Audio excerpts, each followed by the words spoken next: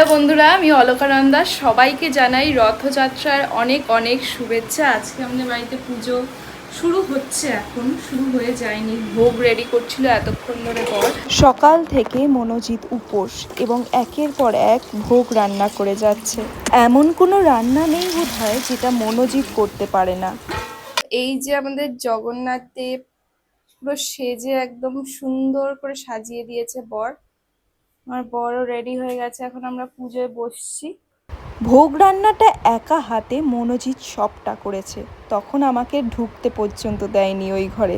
বলল যে এইবার নাকি ও একাই সবটা করবে, তাই জন্য আমি ওকে হেল্প করতে এই ফলগুলো কেটে দিচ্ছি। ছোটবেলায় এই দিনটায় খুব মজা হতো। রথ টানা হতো, রথ সাজানো হতো কত আগে থেকে। তবে বড় হয়ে বিয়ের পর এ এক অন্য অনুভূতি। নিজের বাড়ির পুজো বলে কথা, দুজনে মিলে আমরা কত কিছু না আয়োজন করি। কি সুন্দর পদ্ম ফোটাচ্ছে বর। ওয়াও! আমার জগন্নাথ কি সুন্দর দেখতে লাগছে। আর সব এই ভোগগুলো যেগুলো আপনারা দেখতে পাচ্ছেন, সব সব সব সব রান্না করেছে বর মনোজিৎ। খাজা করেছে। এটা কি প্রথমবার খাজাটা করলি?